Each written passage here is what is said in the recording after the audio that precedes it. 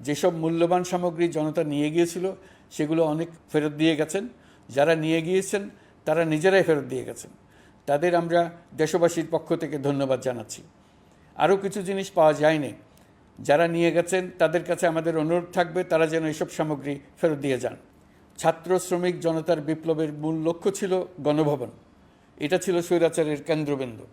এই সরকার বিপ্লবের প্রতি সম্মান দেখিয়ে গণভবনকে বিপ্লবের জাদুঘর হিসেবে ঘোষণা দিয়েছে। ছাত্র জনতার ক্ষোভকে স্থায়ীভাবে তুলে ধরার জন্য গণভবনের আর কোনো সংস্কার করা হবে না। ছাত্র জনতার ক্ষোভের মুখে তা যে অবস্থায় দাঁড়িয়েছিল সেই অবস্থায় তাকে রাখা হবে। যেসব মূল্যবান সামগ্রী জনতা নিয়ে গিয়েছিল সেগুলো অনেক ফেরত দিয়ে গেছেন। যারা নিয়ে গিয়েছেন তারা নিজেরাই ফেরত দিয়ে গেছেন। তাদের আমরা দেশবাসীর পক্ষ থেকে ধন্যবাদ জানাচ্ছি। আরও কিছু জিনিস পাওয়া যায়নি, যারা নিয়ে গেছেন তাদের কাছে আমাদের অনুরোধ থাকবে তারা যেন এসব সামগ্রী ফেরত দিয়ে যান।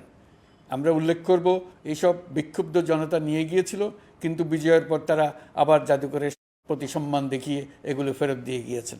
আমরা নতুন বাংলাদেশকে একটা পরিবেশ বান্ধব এবং জীববৈচিত্র্যময় দেশ হিসেবে গড়ে তোলার উদ্যোগ নিয়েছি। এটি তরুণদের আকাঙ্ক্ষা, আমাদের সবারই আকাঙ্ক্ষা। সেই লক্ষ্যে আমি প্রথমেই একটি ক্ষুদ্র পদক্ষেপ নিয়েছি। আমার বাসভবন এবং সমগ্র সচিবালয়ে প্লাস্টিকের পানির বোতল ব্যবহার নিষিদ্ধ করেছে। ইতিমধ্যে সুপার শপগুলোতে পলিথিনের শপিং ব্যাগ ব্যবহার বন্ধ করার উদ্যোগ নেওয়া হয়েছে। গত কয়েক দশকে যে পরিমাণ নদী দূষণ হয়েছে আমরা তা বন্ধ করার উদ্যোগ নিয়েছি। আমরা সংস্কার চাই, আমাদের একান্ত অনুরোধ। আমাদের উপর যে সংস্কারের গুরু দায়িত্ব দিয়েছেন সেই দায়িত্ব দিয়ে আপনারা দর্শকের গ্যালারিতে চলে যাবেন না, আপনারা আমাদের সঙ্গে থাকুন। আমরা একসঙ্গে সংস্কার করব, এটা আমাদের সবার দায়িত্ব। আপনারা নিজ নিজ জগতে সংস্কার আনুন। একটা জাতির সংস্কার শুধু সরকারের সংস্কার হলে হয় না। আপনি ব্যবসায়ী হলে আপনার ব্যবসায়ী সংস্কার আনুন। ব্যবসায়ী গোষ্ঠীরা তাদের নিজ নিজ সমিতির মাধ্যমে সংস্কার আনুন। সমিতিতে সংস্কার আনুন, নতুন করে সমিতি গঠনতন্ত্র সংশোধন করুন। আপনি শ্রমিক হলে আপনার ক্ষেত্রে আপনি সংস্কার করুন। আপনি রাজনৈতিক নেতাকর্মী হলে আপনার ক্ষেত্রে সংস্কার করুন। আপনি প্রতিষ্ঠান প্রধান হলে আপনার প্রতিষ্ঠানে সংস্কার আনুন।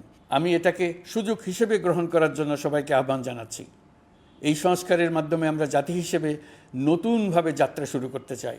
আমাদের এই যাত্রা আমাদেরকে পৃথিবীর একটা সম্মানিত জাতি হিসেবে প্রতিষ্ঠিত করুক, এটাই আমাদের সবার কাম্য, এটাই আমাদের সবার লক্ষ্য। গত এক মাসে আমি বেশ কিছু রাজনৈতিক দলের সঙ্গে পৃথকভাবে বসছি, তাদের সঙ্গে মতামত বিনিময় করেছি। তারা আমাদের উৎসাহিত করেছেন, ছাত্র শ্রমিক জনতার বিপ্লবের লক্ষ্যের প্রতি সমর্থন জানিয়েছেন, সংস্কারের কাজে পূর্ণ সহযোগিতা দেওয়ার আশ্বাস দিয়েছেন।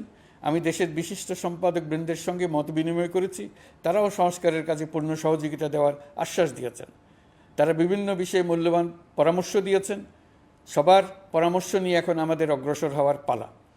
আমি বিশিষ্ট ব্যবসায়ীদের সঙ্গে বৈঠক করেছি, তাদের কাছে আমাদের সরকারের লক্ষ্যগুলো ব্যাখ্যা করেছি, তারাও আমাদের লক্ষ্যের সঙ্গে একমত প্রকাশ করেছেন। আপনারা জানেন, ছাত্র শ্রমিক জনতার ঐতিহাসিক জুলাই গণ অভ্যুত্থানের মুখে এবং হাজারো মানুষের আত্মদানের বিনিময়ে বাংলাদেশে ফ্যাসিস্ট সরকারের পতন হয়েছে। এই গণ অভ্যুত্থানের বার্তা ও আকাঙ্ক্ষা বাস্তবায়নের জন্য একটি অভূতপূর্ব সময় ও সুযোগ আমরা এর মধ্য দিয়ে অর্জন করেছি।